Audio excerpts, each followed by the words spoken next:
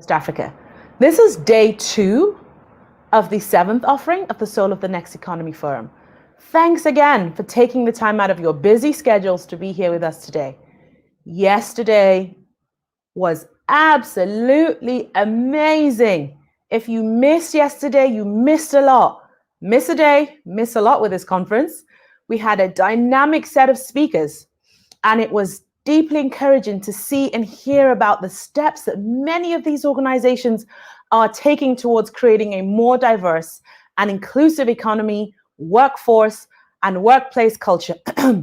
It's not just about the policies and strategy, it is also about shifting and transforming the culture as we know it.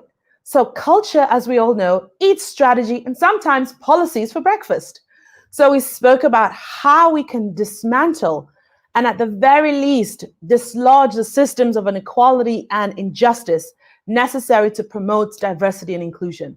We want to see diversity and inclusion in the economy, and specifically in workplaces. We want diversity and inclusion to become the new normal. We want to see more diversity in all levels of the career ladder, more diversity and inclusion in the C-suites. Dahabo statistics was startling. If you didn't watch it, please make sure you do. But we're not just talking about racial diversity and inclusion here. We're also talking about diversity and inclusion when it comes to ethnicity, religion, age, gender, sexual orientation, mental and physical abilities.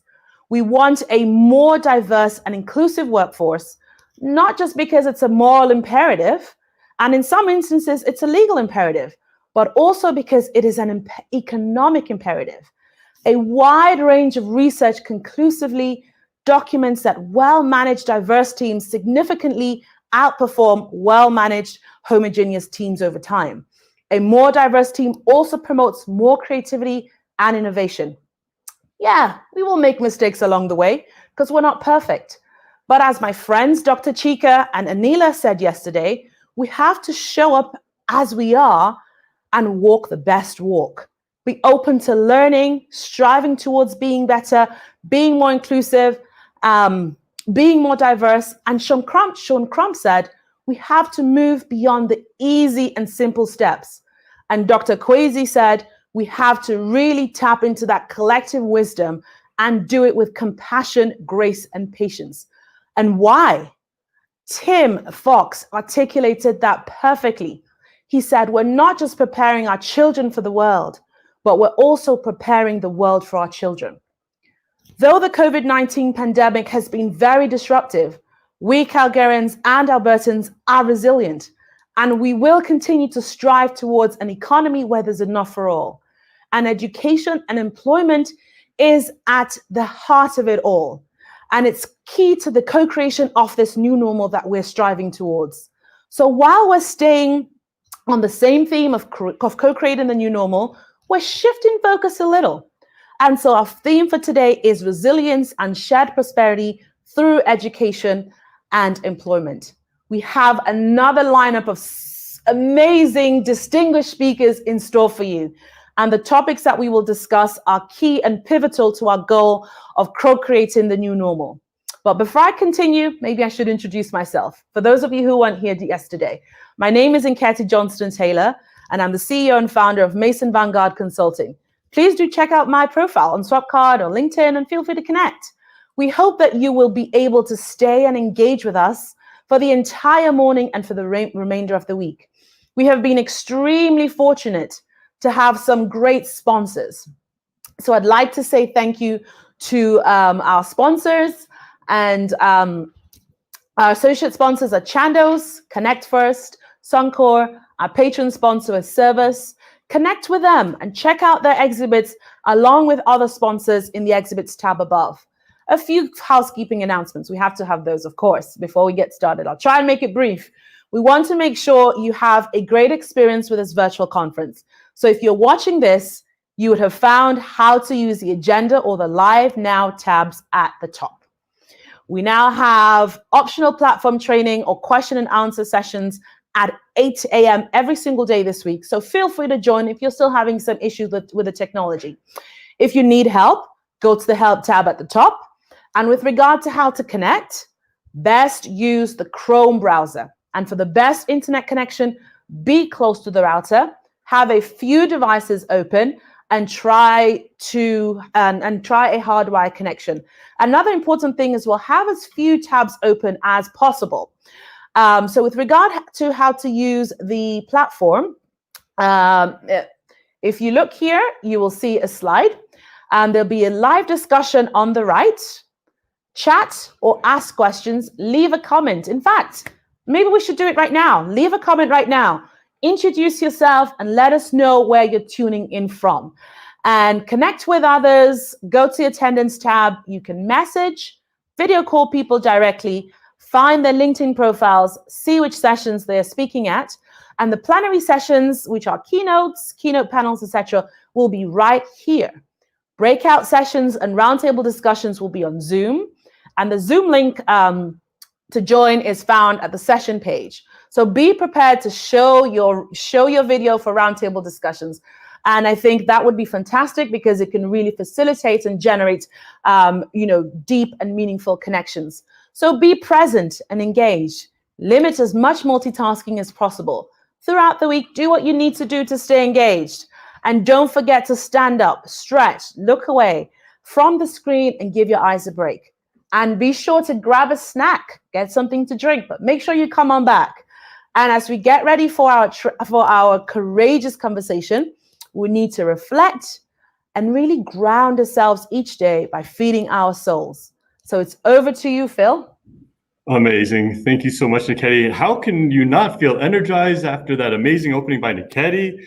And such an amazing voice. I feel like kind of like following her. It's big shoes to follow. And especially, I'm looking rough. That's one of the things about online forums. Like the camera's right there. If I was on a stage, I'd be further away. You wouldn't see how bad I'm looking today. But this is the age and days that we live in right now. So I apologize. For those of you who didn't join us yesterday, shame on you. Shame. Just joking. We know you're all very busy, and we thank you for joining us today. Yesterday, we were joined by singer and songwriter Bob Chartier, who discovered his voice at the young age of 60 years old. What I was trying to say yesterday, but not so eloquently, was it's not just the importance of art, but the necessity of art as we look to coming up with innovative solutions to solve some of the biggest challenges our communities have faced in a very long time. And so on that note, without much further ado, I hand things over to Inglewood resident, author, leadership builder, citizen engager, champion of the arts, musician, and all-around cool dude, Mr. Bob Chartier. Oh my God. Who are you talking about, Phil? Anyways, thank you. That was very spectacular. Greetings from Inglewood, from the Music Mile. Gonna start off this morning. I'm gonna sing you a little song about. I'm gonna maybe a special shout out this morning, in this foggy morning, especially to all the restaurants and cafes and music venues out there that are struggling these days with their business. And I have a little diner down the street from me called the Blackfoot Diner, and it's just a favorite spot. And I wrote a song about 5 years ago about aging and aging well and aging gracefully, I guess, and how things age well. And I called the song Age to Perfection. And about a year ago, the Blackfoot Diner came out with new T-shirts, said since 1956, Age to Perfection. So I went home and wrote another verse about the Blackfoot Diner. And so this song has become a little bit of a theme for my neighborhood diner.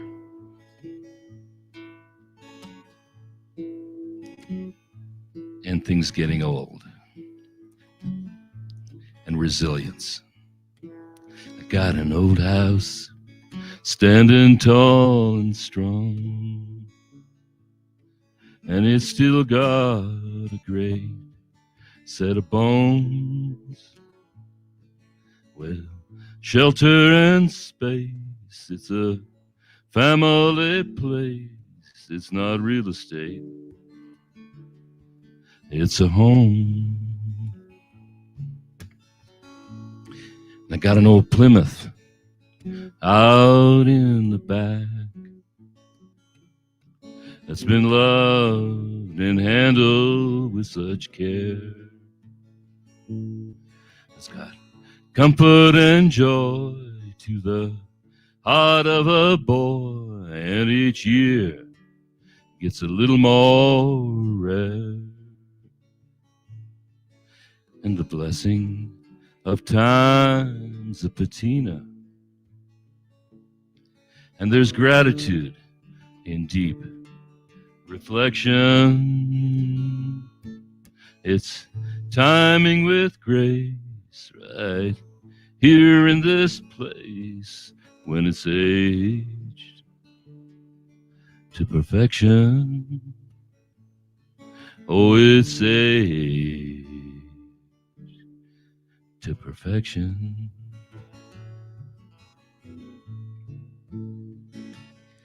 Got an old diner just down my street.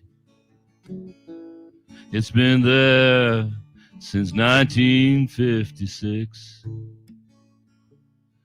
with coffee and good grub served by Edna with love. And if you were broke, she picked up your slip.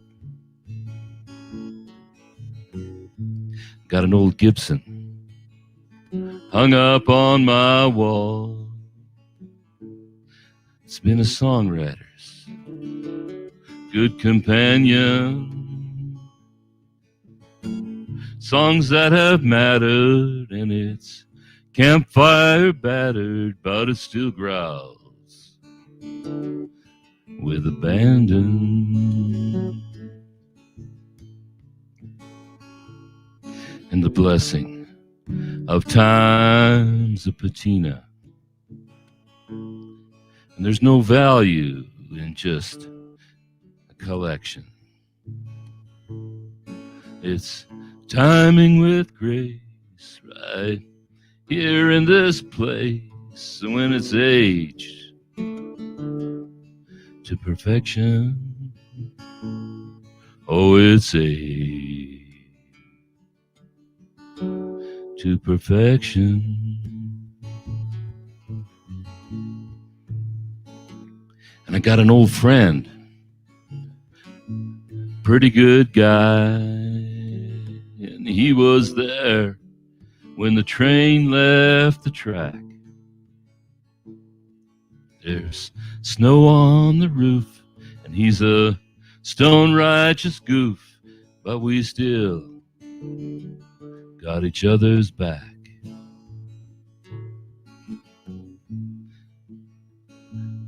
And I love a woman who's put in her time. She's both damaged and loved like a breeze.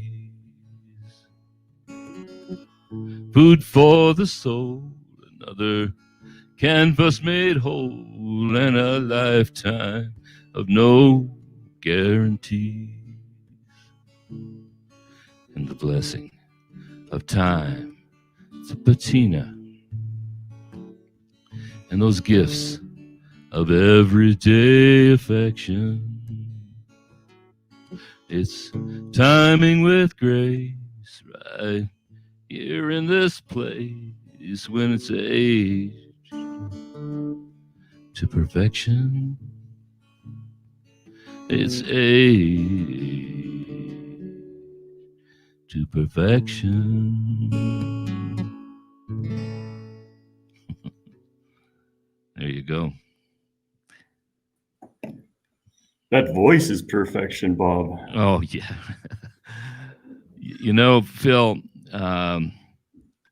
yeah, what you guys are doing is really amazing, which is the notion of bringing a little, I've been going to conferences and speaking at conferences and that, and some of the best ones I ever attended were trying to do what you're doing, which is bringing sort of like an artist in residence into the place, and doing that online is brilliant. So I thank you for allowing me to be a bit of an artist in residence in your Soul of the Economy. And what's some speakers yesterday and what you're working on is unbelievable here.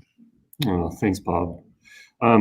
your songs are actually like such a perfect fit for this forum, Bob. It's also fitting because our theme today, as we talked about on the phone yesterday, is about how we can better foster a resilient culture where talented people from all walks of life can work together to create new opportunities.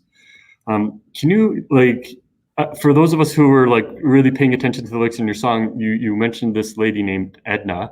Can you tell us more about Edna and how her work aligns with our topic today and how she was the inspiration behind that song, please? You know, I'd love to talk about Edna, and Edna's been gone for a few years now. She was with the Blackfoot Diner since 1956. She was an original there, and everybody knew Edna in the neighborhood, and a lot of people in Calgary know the Blackfoot Diner. One of the little soulful things that the diner does, Jan Arden said that's the best lemon meringue pie in town. It was soul food, soul of the economy. This is a little place that since 1956, that means the Blackfoot Diner is now almost 65 years old. It's a senior citizen in our business here. And imagine resilience. Imagine what the Blackfoot Diner has dealt with and gone through in the last 65 years. And instead of being a kind of a falling down, decrepit, senior citizen in the business world, it's thriving and doing well. And people love to go there because it's aged to perfection. It's still a real old diner. And the food is diner food, solid soul food. And you can still play Johnny Cash, I Walk the Line on the jukebox, right? So it's a business that's full of soul. And Edna was even more particularly full of soul in the way she handled training and hiring. Edna hired her wait staff were all women, and I love she dressed them in neon pink. I still have, but they're amazing women. And these women are single moms, and they're women who have been on social assistance, and she gave them a job, and that was the way she worked. She was almost like she was half entrepreneur and half social worker. And what a wonderful combination when you're thinking about resilience and soul in our economy. She just was a walking around. She was soul on a stick.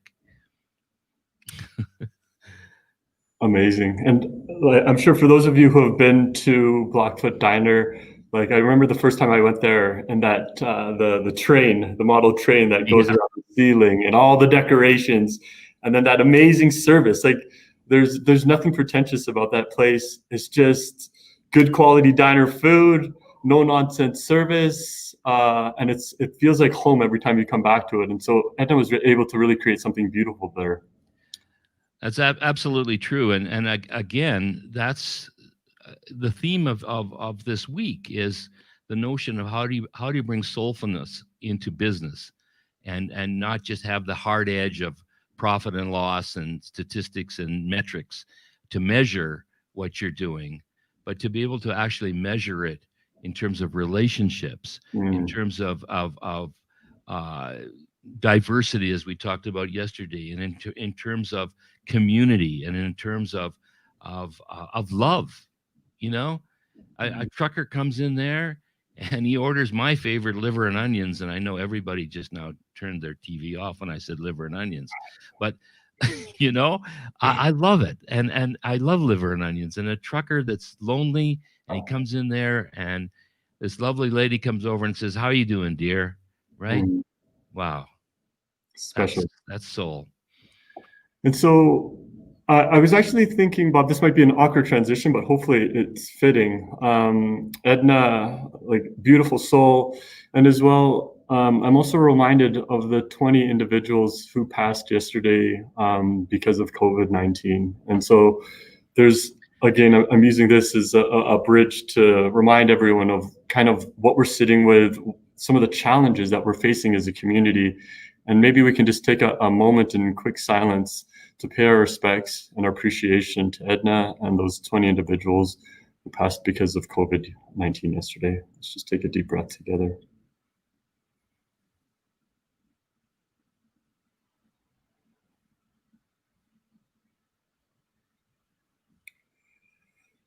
And so, Bob, thank you everyone for that moment of silence. And Bob, I'm sure you and I could just, talk pretty much until the end of the forum, and we'd have plenty of things to connect about.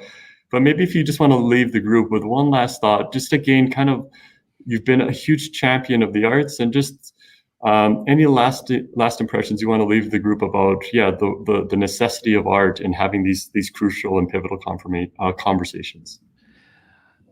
Absolutely. We're having a critical session online today with the Music Mile that I helped start, and with the stakeholders, and it's just really interesting how this work that we've been doing with music and trying to turn Calgary into a music city, and the economy of music, billion-dollar economy across the world, and yet somehow we see it as frivolous. The arts are just something, on the side. And so, it's really important today. We're going to have some important conversations with a lady from Nashville, and how they're dealing with COVID, and how they're dealing with the somewhat collapsing arts economy. And so as the week goes on, let's just talk more and more about how we can use art and music and poetry and lemon meringue pie, to keep our businesses really soulful. Thanks, Someone Bob. better tweet that. Someone better tweet lemon meringue pie. Bob, thank you again. I look forward to hanging out with you tomorrow as well. Thanks so much, Phil. And have a great conference, everybody. And blessings to the elders. I'm looking forward to sitting with you. Thanks again, Bob. And so for those of you who were with us yesterday, Bob talked about the importance of place, and how he talked about one of the very first music venues in town was the confluence between the Elbow and the Bow River. And so I didn't mention this yesterday, but currently I'm sitting in a classroom located at Momentum, the organization where I work. The name of that classroom is Anita PC. And I just want to take a moment or two to talk about how this classroom was named and why it was named such. So Anita PC is a Blackfoot word for spiderweb. Anita PC is part and parcel of a larger creation story, often told by Clement Bearchief from Siksika Nation. The story unfolds as creator instructs Anita PC to wrap the people and the world in its web and lower them down here. Creator told the people that they will leave Anita PC with them, but if there is a vibration anywhere on the web that signals trouble, Creator will come and help. Humans were told to pattern their lives after Anita PC, which means to go and help if they sense a vibration. Momentum is part of a web that spreads all across the Blackfoot name for Calgary, Mohitskis. It is made up of participants, community partners, funders, and other allies who are committed to increasing economic opportunity for those living in poverty. And this forum, too, forms a spider web of various partners, and those partners include the fellow co-hosts of Ambrose and Vibrant Communities Calgary. And so I think it's incredibly fitting that I join you here from this room, this classroom, Anita PC, which means spider web. Very powerful imagery. And so on that note, I think it's appropriate that we acknowledge the traditional territories and oral practices of the Blackfoot Nations, which includes the Siksika, the Piikani, and the Kainai. We also acknowledge the Tsuut'ina and Stoney Nakoda First Nations, the Métis Nation Region 3, and all people who make their homes in the Treaty 7 region of Southern Alberta. We're also incredibly grateful to have Elders Wallace and Florence Alexson as our conference elders. Unfortunately, they were a little bit late joining us, but they will be giving us a blessing every day for the remainder of the forum. I imagine Elder Florence is probably dropping her children off on school bus as she was yesterday, but hopefully I was able to substitute adequately in their absence. And so again, great appreciation for this land that we're on, and hopefully we can engage in these really powerful conversations that will be following us with the right mind, with the right heart, and with the right intentions. So thank you, everyone. So I'll pass things back over to Niketi. Thank you so much, Niketi.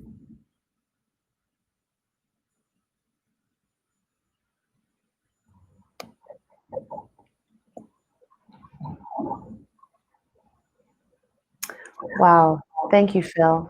We're grateful to be on Treaty 7 land. Thank you very much to Elders Florence and Lawrence for being the elders of our conference this week. And wow, Phil and Bob, that was really, really amazing. That really puts the soul into our forum. Let's proceed with our theme of the day, which is resilience and shared prosperity through employment and education. Together, we're going to be exploring how we can better foster a resilient culture where talented people from all walks of life can work together to create new opportunities, solve the toughest problems, generate shared prosperity, and reflect our shared values. One thing that is undeniable is that throughout though the pandemic has been disruptive, it's accelerating the fourth industrial revolution, which is the blurring of the lines between people, workplaces, and technology, and leading to one of the greatest workplace transformations of our time. I, for one, feel privileged to be part of the revolution. We're reimagining and co-creating the new normal together. It's really an exciting time to be alive. This makes our conversation today all the more important and central to this revolution. Our theme for the day, like I said earlier, is resilience and shared prosperity through employment and education. We have a special lineup of speakers in store for you today, and I'm very excited to learn and share ideas with you all today. We have broken up our morning into 4 parts. So we have a keynote and question and answer, which is going to be followed by small group roundtable discussions. Then we'll have 3 breakout sessions about micro-credentialing, corporate reskilling, and supporting families. Then another 3 more breakout sessions about leadership, building adaptive and resilient cities, and the gig economy. I would like to introduce you to our keynote, Janet Lane. She is the Director of Human Capital Center at Canada West Foundation, and Janet champions the development of a skilled and productive workforce able to fulfill the potential of the West's, and by extension, Canada's economy. And she has the most radiant smile. Niketi, I'm so sorry. I don't mean to. This is the beauty of Zoom. We've got some awkward pivots happening behind the scenes, but hopefully that wasn't too bad. Niketi, didn't mean to get you off there. We actually have Elder Wallace with us. And so because we are very committed to truth and reconciliation, we thought this was important that we get him and his presence as part of this forum. So without further ado, I will shut up. Elder Wallace, it's great to see you. I'll pass things over to you for the blessing. Thank you so much. Thanks, UH. Good to see everybody today. Such a beautiful day. Every day is a beautiful day, I always say. Each morning when I get up, we do our prayers and we get prepared for the day. We have 2 young lads that stay with us, my grandsons. They're here 24/7, so it's like being parents all over again. Sometimes it's rough, but it keeps us going, that's for sure. Anyway, I just want to say a little bit about what's going on here today. I'm very, very, very concerned with how our world is going and what's happening. And having these sessions that I'm part of, and I'm really appreciative that you considered me to be part of this group. And I'm looking forward to listening to everybody's input as to, how things should go in the future. We got a lot of very bright young people coming up, and they need our guidance.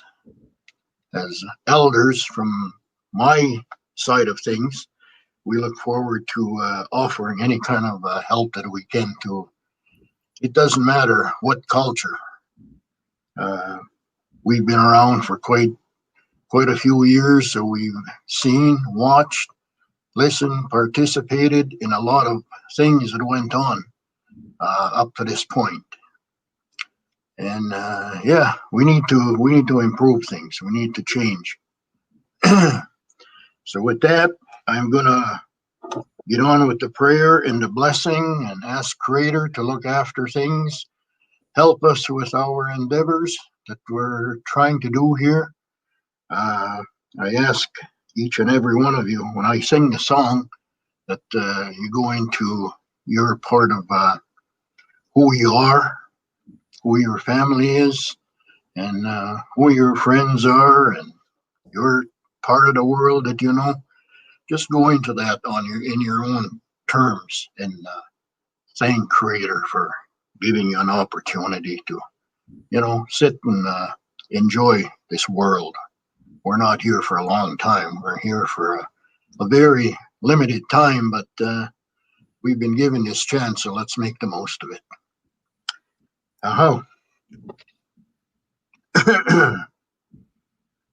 Kachimani too. Kikinika kikidot manum gum mishumis. Anum gum nundi anamiakwe. Nundi kuichmentungi.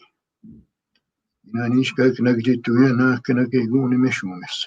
Miguichiguka Pijay and Monaco. You and your helpers. Hey, Miguich Mishum. Creator God.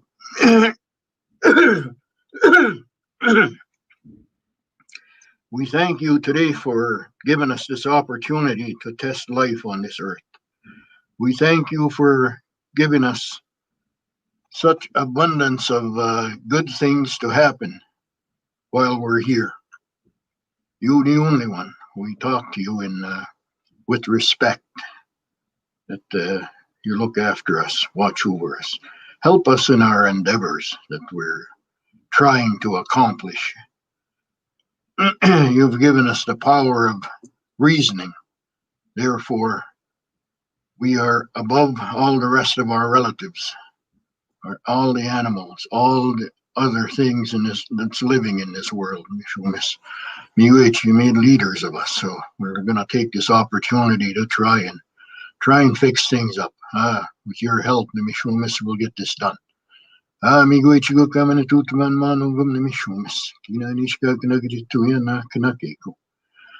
you for listening to us. Thank you for coming to sit with us and help us. You would knows how to do it all. We thank you for coming to help us. I want to sing a song here, prayer song, and it's asking good things to happen to each and every one of us as human beings. And we're going to reflect on who we are.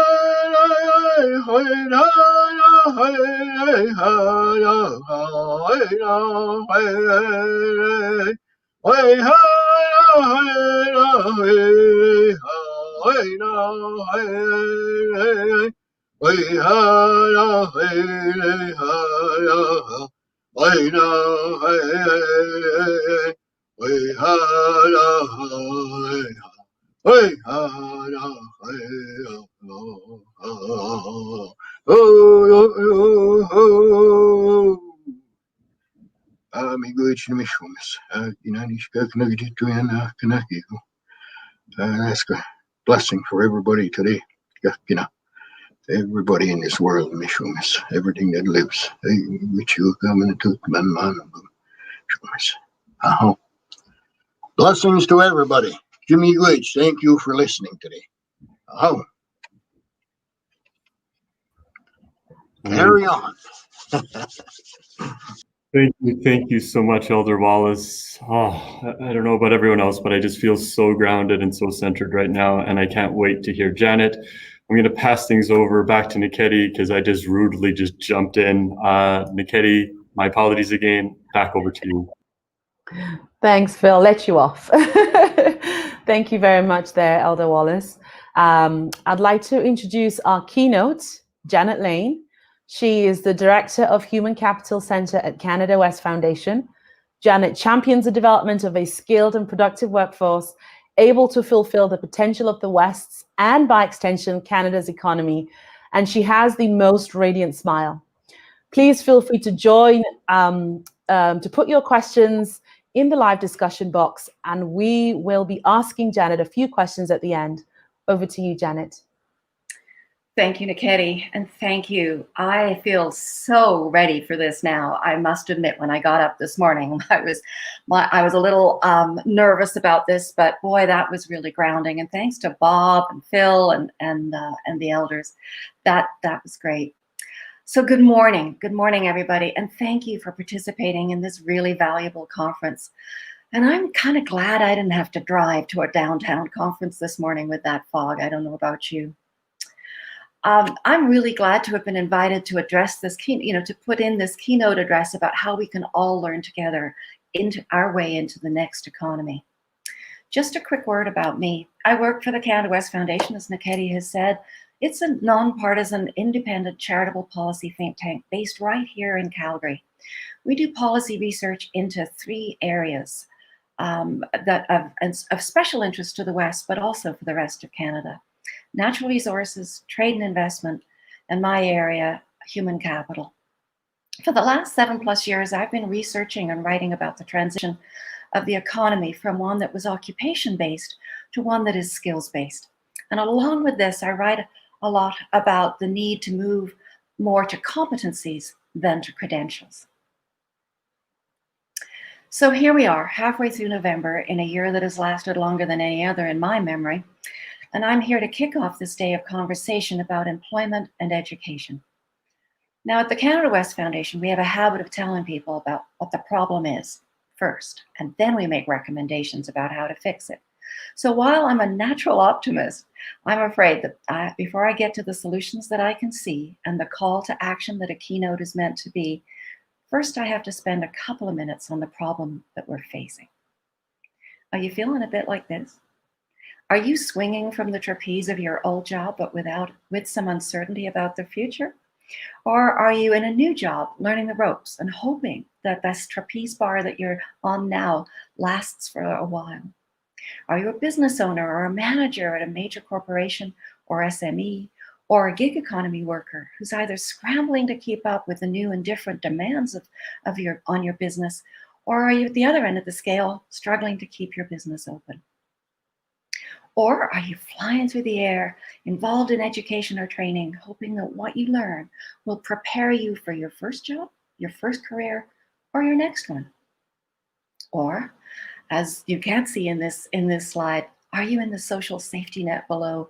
Because at this point, you don't have work, but you are looking hard for it. I know that some people are feeling just fine about their work life and not too worried about what's coming next. But the truth is, virtually every job is going to see changes in the next few years from the addition of new technology. So none of us can be really all that comfortable. Where do you fit in? Are you feeling hopeful or fearful about your situation? I'm here to tell you to be hopeful, but not complacent. We've all got work to do to make sure that the outcome of this current situation benefits as many of us as we can. Let's look at the situation for the current workforce. Before COVID, while other parts of Canada weren't doing too badly, the situation in Alberta was more difficult. But now, unemployment is high everywhere, especially for youth and minorities. Three big factors contributed to this. Globalization. Now employers can compete for workers anywhere in the world, many of whom will work for lower wages. And I don't need to tell anybody here about the effects of commodity price fluctuations. And then came along automation.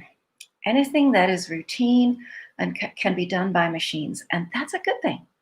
It frees us humans from a lot of the hard, heavy, dirty, time-consuming, and boring tasks. But it has eliminated jobs. On the other hand, new jobs are being created and more will be created all the time, thanks to technology. And then came the pandemic and everything that was already happening, including the social and emotional issues that were part of the current economic situation, just went on steroids. Now we have to look at another component for the workforce. That is the system of workforce development, the learning ecosystem. Learning begins at birth. Parents are their children's first teachers. But then we move into formal education. You know the education ladder. I don't need to tell you. We've all been on it. Some of us are still on it. The time was that at the completion of this ladder, it moved you to the bottom of the next one, the career ladder. And if you worked hard, you progressed through your career. If you needed, sometimes your employer might offer you some further training or assist you to take some further education. But literally for decades, many people never learned anything after they had left school beyond how the boss wanted things done now, how to run the latest machines, or how to assemble this year's model. Sometimes people work for the same employer throughout their whole career. I met a neighbor of mine just last week who did. He had only one job in his career. But then after 35 or 40 years of working for one or more people, we retired from work altogether. But now things are changing. Now the career ladder looks a little more like this. It's not as sturdy and dependable, and it's not anchored at either end. And all of us are scrambling to figure out how to adapt to all of this. We don't know what's coming or where our next job is going to be or how many more jobs are going to be lost or how we're going to survive once the COVID support programs come to an end. Okay, take a breath. Listen to the song. We're going to be aged to perfection at the end of all of this.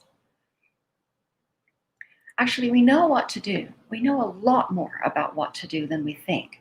It's not a silver bullet, though. It's not a silver bullet. There's never going to be any silver bullets, but it's a place we can all start. As the authors of Calgary on the Precipice wrote earlier this year, we need to be able to adapt. And if we really want more of us to benefit from adaptation, we need to do it together as a city. And at the heart of adaptation is, you guessed it, more learning. The authors of that paper, which I helped to review, suggest that we need to move from a ladder analogy to a climbing wall analogy. The climbing wall represents an open learning system. Think about that. Imagine being able to learn what you need to learn when you need to learn it. Imagine there being no barriers between learning providers so that you can transfer to any program, anywhere, anytime you need to, or pick up a course here or a course there.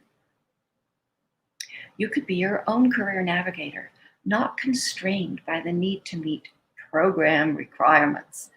And yes, I understand program requirements are important in some cases. But think about the amazing possibilities too for learning anywhere and everywhere. Learning content is available so many places.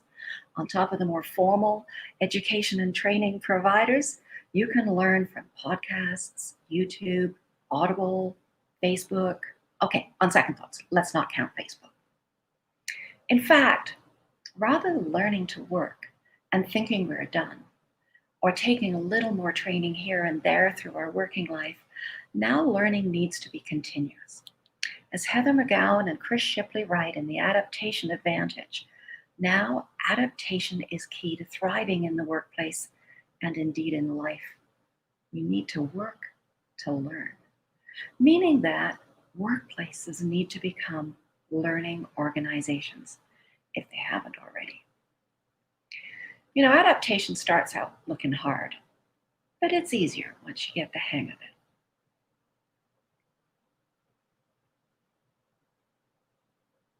Adaptation is about learning, unlearning, and then relearning.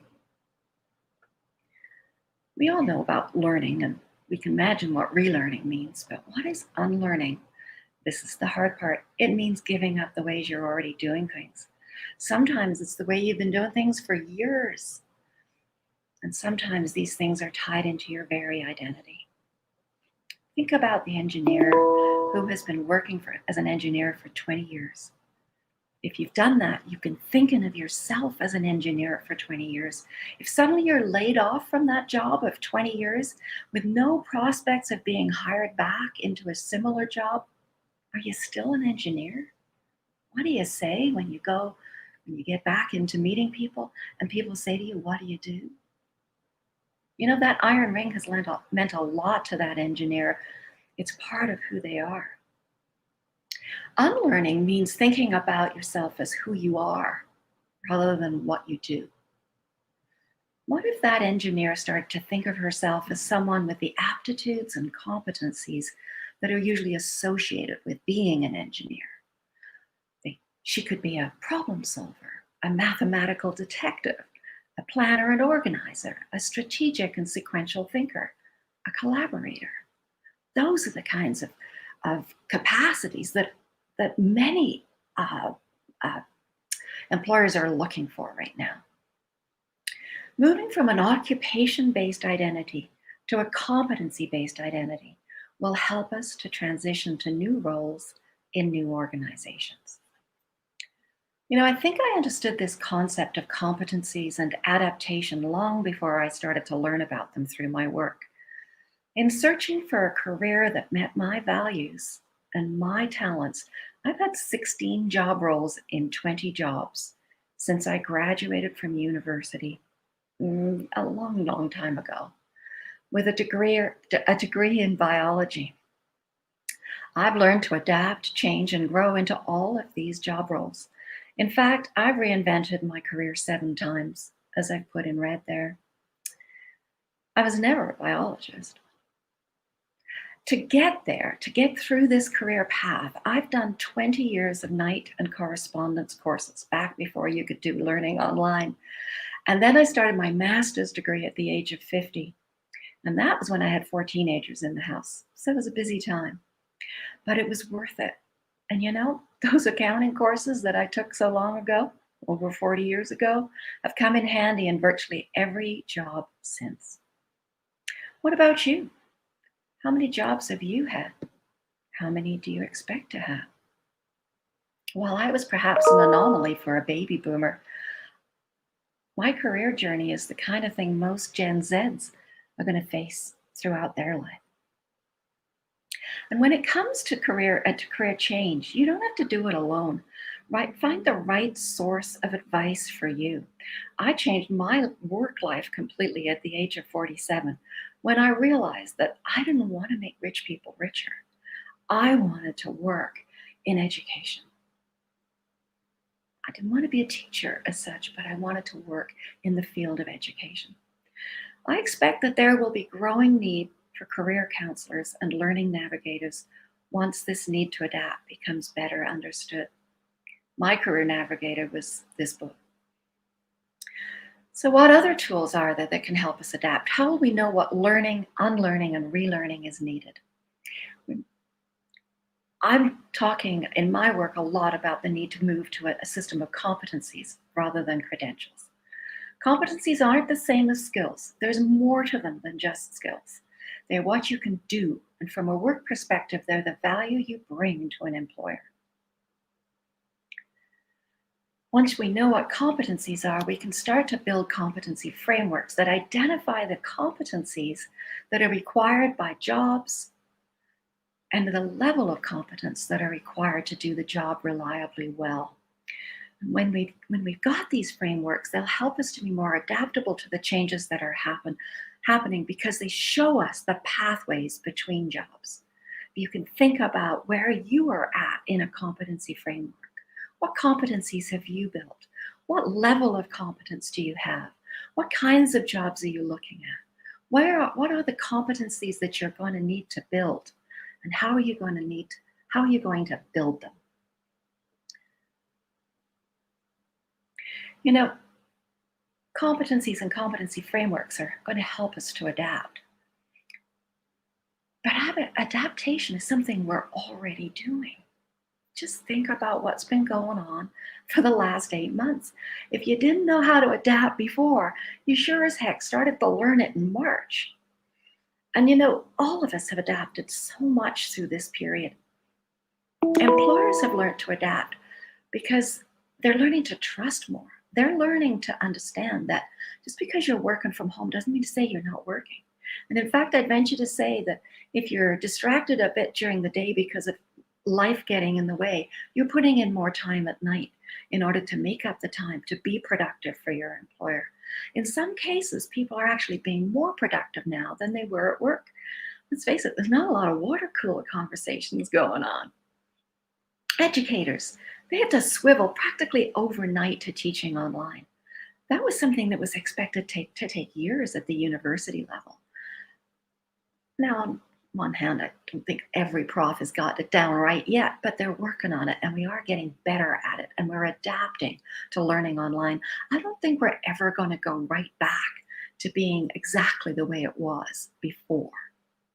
And we all started to learn how to do more things from home, including working and learning, but also shopping, paying bills. And the big thing that we're all desperate for is socializing. We're doing more of that through technology. And just think about this conference today. This is actually a conference that feels very different, but it's working really, really well. So if we're going to adapt and we're going to change, what are the skills that we're going to need more of in order to do that? Well, some estimates are that COVID had moved digitalization of the workplace forward by about 10 years. So obviously, the first place to improve your skills will be those digital skills. And we already have to some extent, but some people need to do a fair bit more. Every job has a digital component to it, even if it's just being able to put in your hours through the app on your cell phone.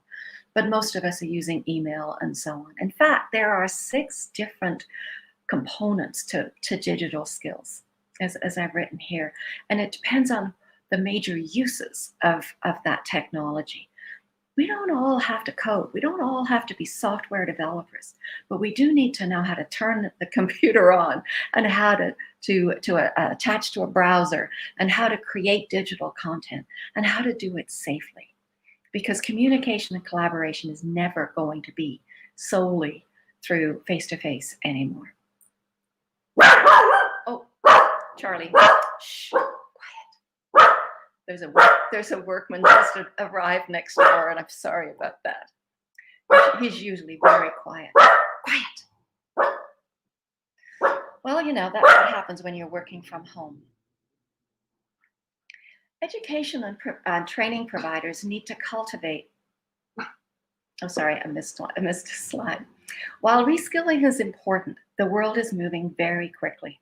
And one-time reskilling won't be enough. It's not enough to say, okay, so I've been this, now I'm going to be that. I'm going to take a reskilling program. We actually need to be learning continuously. And average skill life is shortening, right? It used to be that you'd learn something and you'd be able to use that skill for years. But skill lives are shortening, so we're going to have to upskill constantly.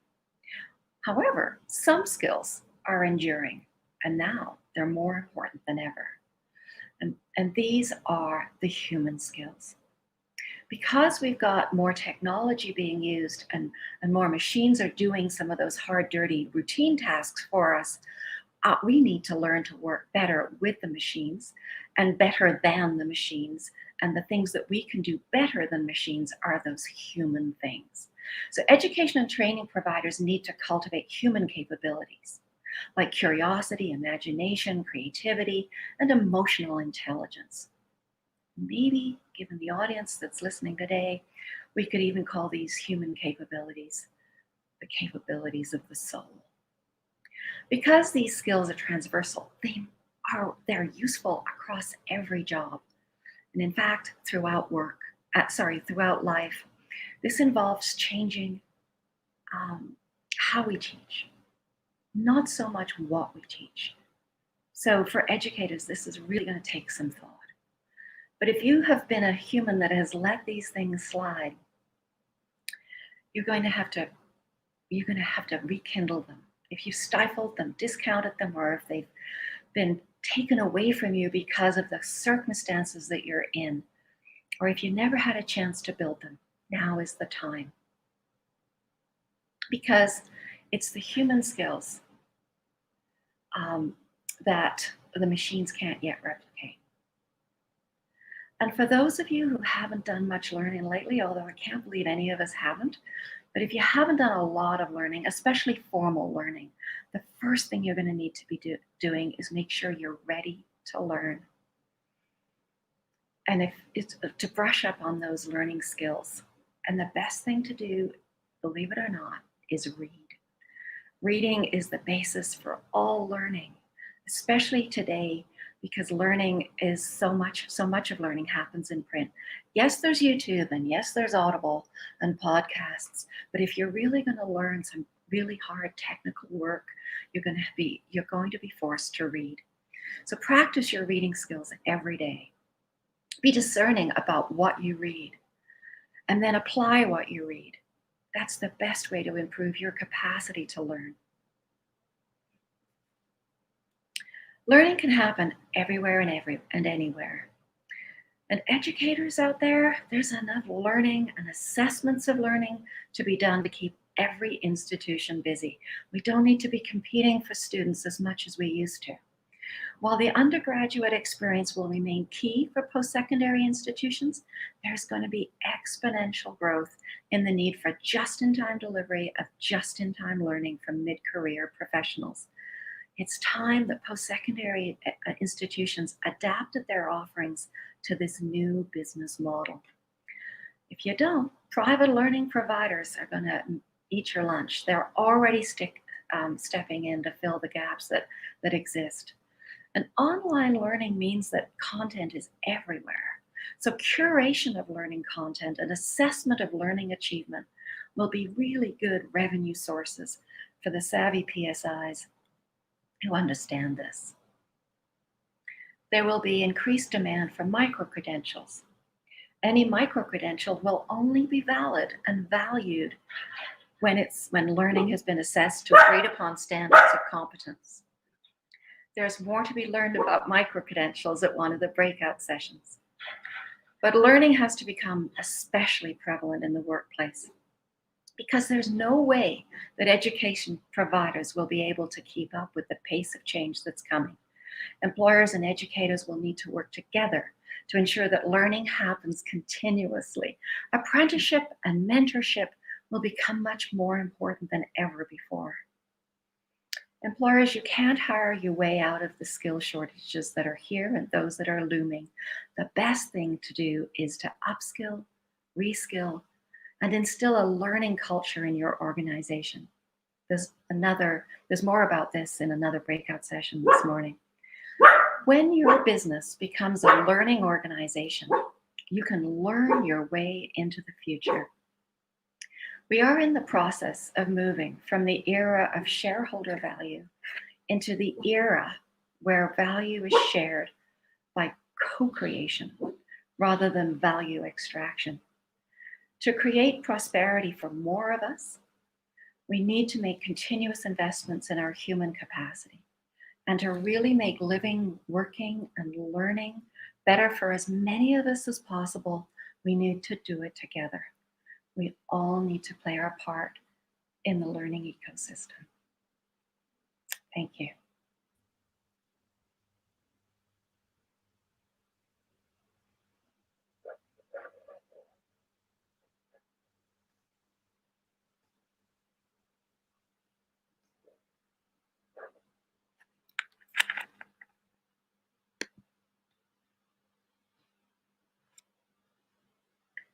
I can't hear you, Niketi.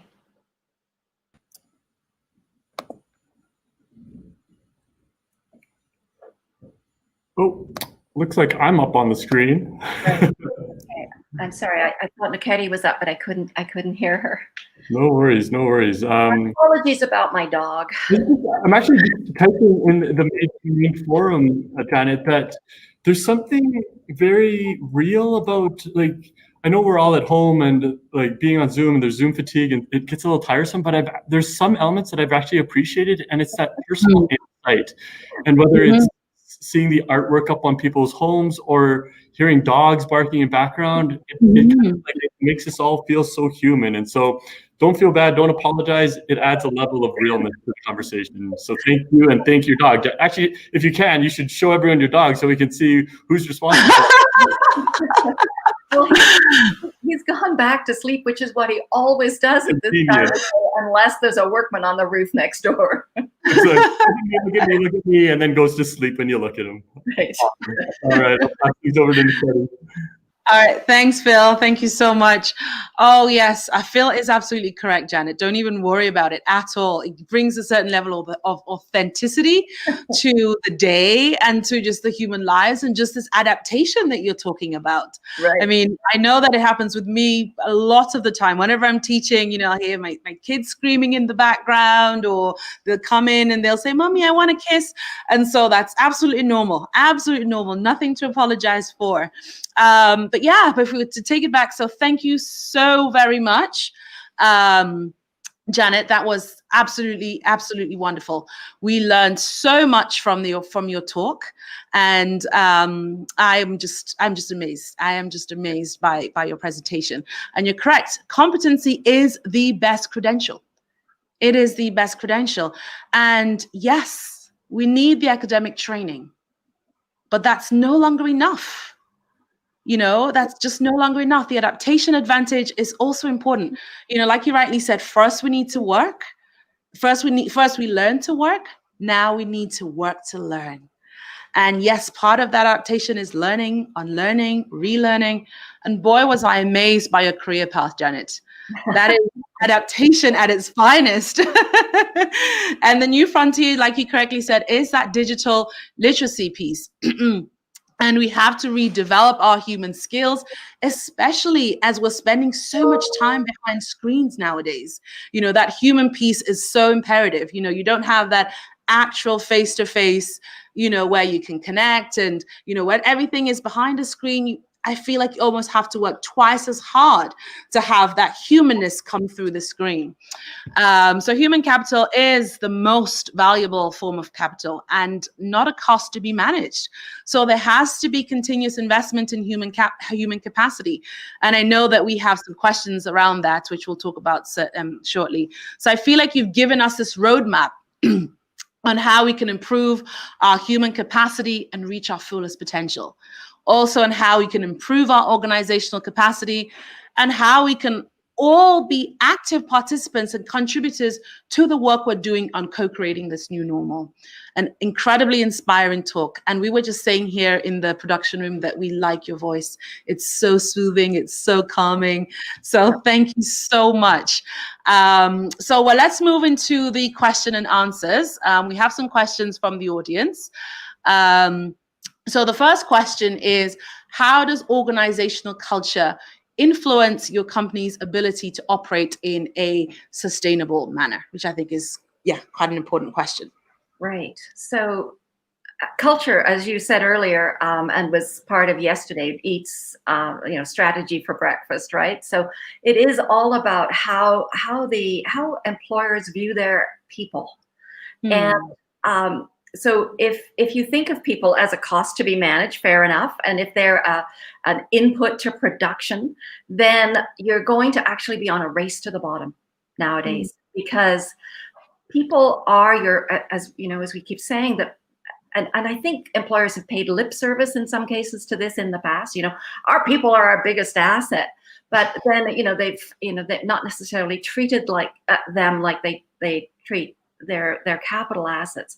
So if you treat people well, then they become loyal to you, and they become part of the organization, and they want what's best for the organization. You know, there's studies that have shown that there's a tremendous number of people who are not actually engaged in their work. And in fact, some people are actively sabotaging the people that they work for. It's a hard thing to believe, but it is happening. So if you've got the right culture in your workplace and people feel valued, if they have, Daniel Pink talked about having autonomy, mastery, and purpose as being things that motivate people to be the best they can be in their workforce and to add value for their company, for their employer. That means that they can, that they want what's best, and they're going to bring their best ideas. And when they can see problems that are occurring or ways that things could be done better. And so if they've got that agency within their own work, within the workforce, then they can help the employer to proceed forward.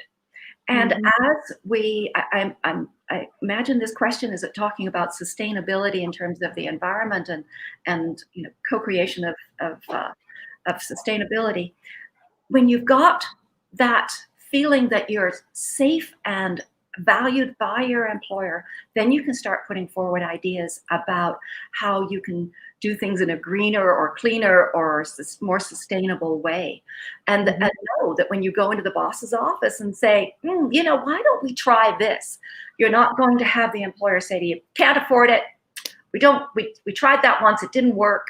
All those things that employers will often say when there's not that sense of agency within a culture.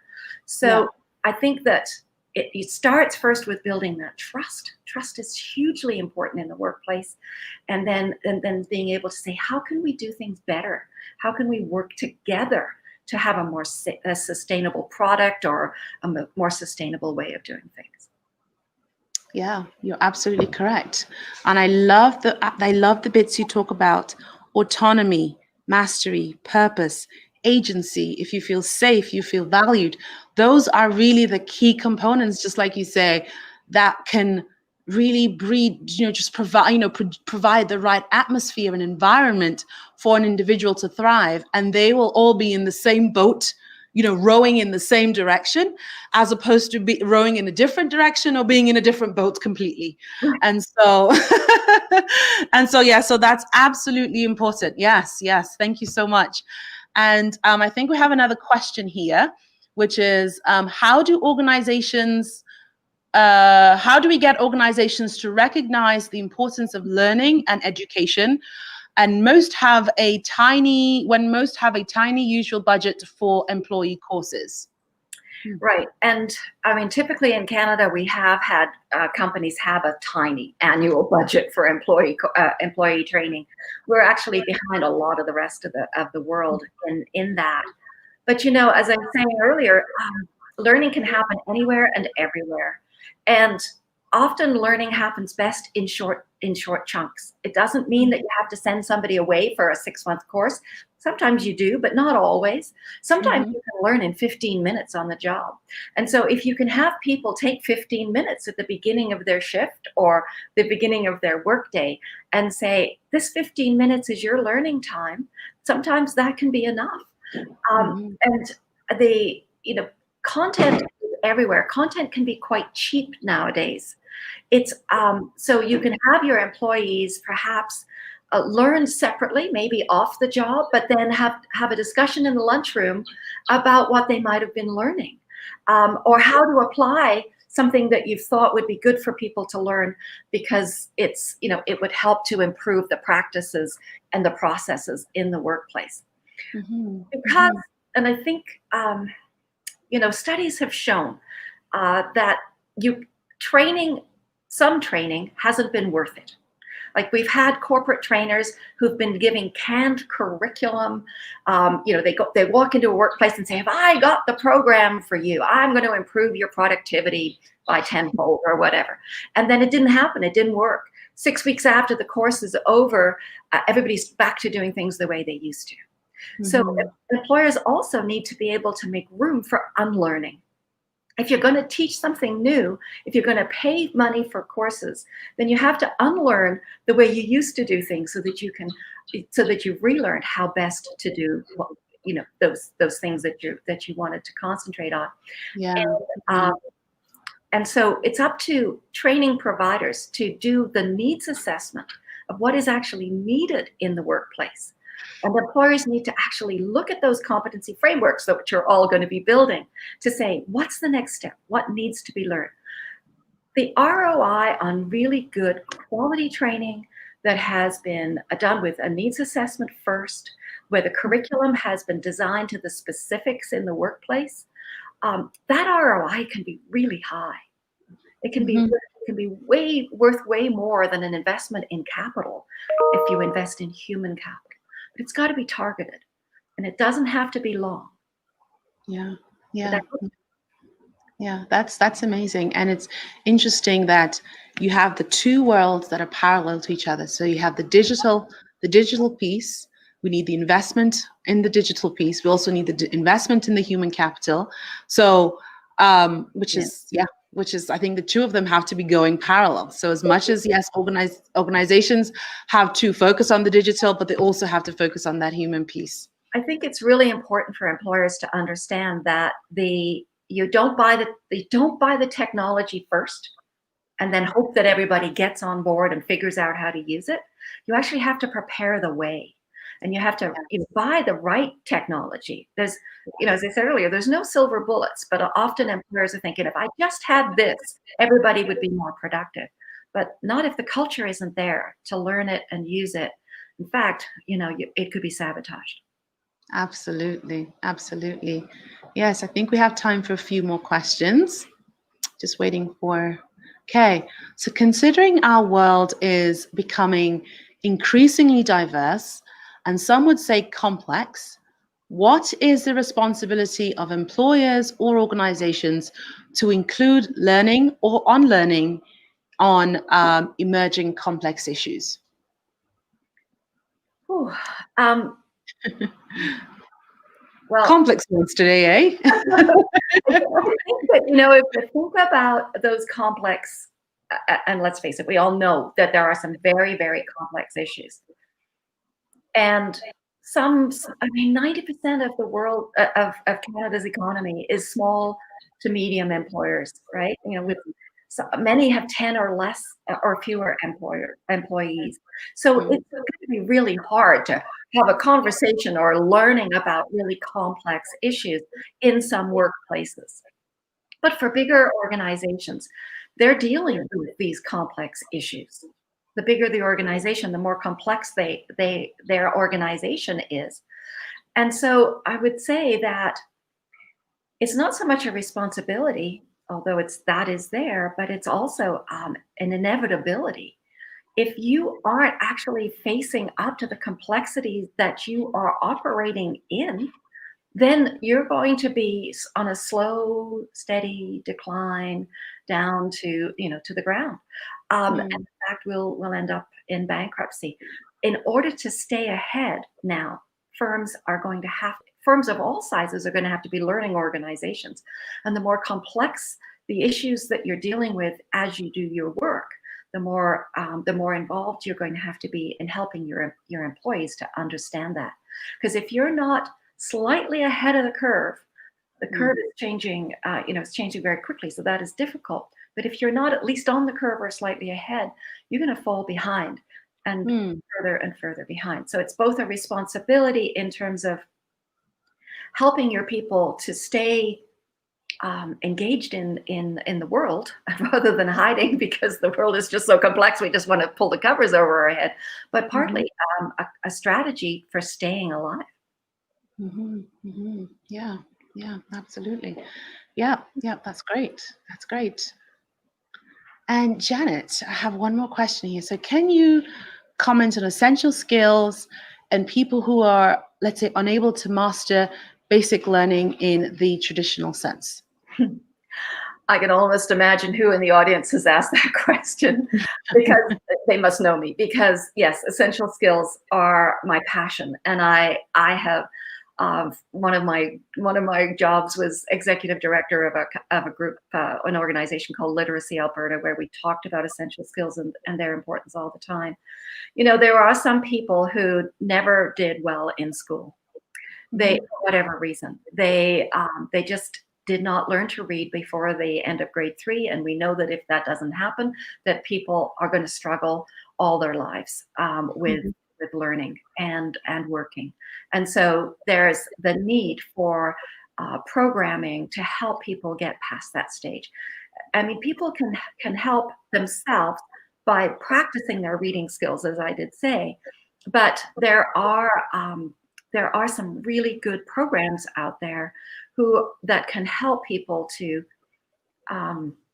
get a grasp of those literacy skills and those basic math skills and those basic problem solving skills and those employability skills. Sometimes you need to learn in a learning circle. Sometimes you need a really safe place because of the trauma in your past that caused you to not learn. You know, we talk about the impact of residential schools, and we are still dealing with that in youth because of the generational effect of that. And so we need to be understanding that we need a trauma-informed method that will help people to feel comfortable and safe to learn. And then we need to go back to those basic pieces. You know, reading and math are foundational skills, but they build on each other. You can't teach somebody how to learn essential skills if they don't have the foundation. So you have to pull it back. And so there are many agencies, people who that are involved in this conference, who have the programming that's available. And the truth is that if you start, if you help people get over that little hump that it takes to start on that learning journey, then they're off to the races. They're so motivated. We have a lot of immigrants who come to this country without English. Their partners may have the English, and that's why they were accepted to be immigrants in this country. But they themselves and their children may not speak English, and so we need to have English as a second language programs that help people to get those communication skills in English, so then they can start to read. Those essential skills: reading, writing, arithmetic, being able to speak clearly and being understood. Digital skills are in there, continuous learning, working with others. These are all those basic skills that are needed in every job at some level. And in order to make sure that all of us benefit, we have to make sure that these programs continue to get the people who aren't there yet up over that hump. Wow, that was amazing. I'm actually glad you were able to link the conversations to, let's say, some of the challenges that immigrants are facing and some of the challenges, let's say, people from the Indigenous communities are facing. Because as we know, for example, the immigrants, for example, I am an immigrant myself. You know, I was lucky in that I grew up in an English-speaking country, and I moved to England at the age of 11. And so English was not necessarily a challenge of mine, but I know that for other immigrants, you know, English is not their first language. And so, like you say, building and developing those communication skills and the foundations that is necessary. Because I actually remember when we moved to England when I was 11, we have a completely different learning system. So one in which back in Sierra Leone, it was purely memorizing and regurgitating what you've memorized. Whereas when I moved to England, it was all about application. And so it took me a while to actually transition between those two different ways of learning. And so having those, you know, emerge and having those, let's say, immersed in these training programs, I think is crucially important. And obviously, as we know, with Indigenous communities, they also have a different way of knowing and a different way of being. And so really, you know, integrating that into these programs, I think, are crucial. And and integrating a trauma-informed way of learning, I think, is also important. So you've mentioned that. And great. How are we doing for time? Okay. All right, I'm going to hand you off to Phil. And that's the end of the question and answer session. Thank you so much, Janet. Take it over, Phil. Awesome. Thank you, Niketi. And thank you as well, Janet. And thank you, Janet's dog, for providing that little bit of entertainment midway through your presentation. Yeah, just in the spirit of learning, we're all learning. We're also learning how to use this new platform. I know that as a committee, this is our first time putting on an online forum, and so we're just trying to figure things out. And I know all of you are learning as well. One cool feature I wanted to highlight about our platform, there is a way to message people. So again, the forum is all about creating connections. You can direct message people. And so I just, I forgot about it until this morning again, but people had messaged me. And so just make sure when you're in the top menu bar, there's those little speech bubbles. That's where you can find if people have messaged you. And so just make sure that you're following up. If people are reaching out to you, just make sure to check on that each and every day and follow through on people reaching out and trying to connect with you. So thank you again, Janet, for that amazing presentation. Moving on, we've got an action-packed day full of roundtable discussions and breakout sessions. So you're going to want to pay attention. For those of you multitasking, if you're eating breakfast, if you're doing work on the side, I'm going to ask you to stop what you're doing and just focus on me for the next minute. So we've got these roundtable discussions. What you're going to do is you're going to click on the Join the Roundtable Discussions link below. What it's going to do is it's going to open up a Zoom meeting. From there, we will be divided into small groups in breakout sessions in the same Zoom meeting with a facilitator in each room. So in the spirit of building connections, now is the time to turn on your video cameras if they're not already on, and make sure that your mic is also turned on. It's really hard to connect with a black screen and no sound coming out. So please make sure your camera and your mic is turned on. We'll be in those discussions until 10:15. At 10:15, we'll have a 15-minute body movement session. Ooh, wonder what that could be. That's going to be in the same main Zoom room. So between now and then, feel free to take a break.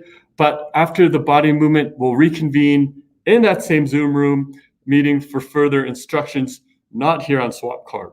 So moving forward, we're going to be hanging out in that Zoom room for a while, including the body movement piece. So if your computer crashes at any moment, or if you accidentally close a window, no worries. Just go back to the agenda on SwapCard to find out where we are. So you can think of SwapCard as the lobby to a hotel where this forum is being presented. So just like if you were to go to a conference, most things happen in the lobby, or that's your kind of like your home base. SwapCard is your lobby, and then there's meetings in different rooms throughout the hotel. And so for this next room, if you will, that's going to be in Zoom. So the meetings will be held in different rooms in that hotel. So again, if you get lost, come back to the lobby, aka SwapCard, take a look at the agenda, all the links are there, but we're going to be in Zoom for the next little bit. So thank you, everyone. Hope this morning has been off to a great start. We'll see you in Zoom for the roundtable discussions.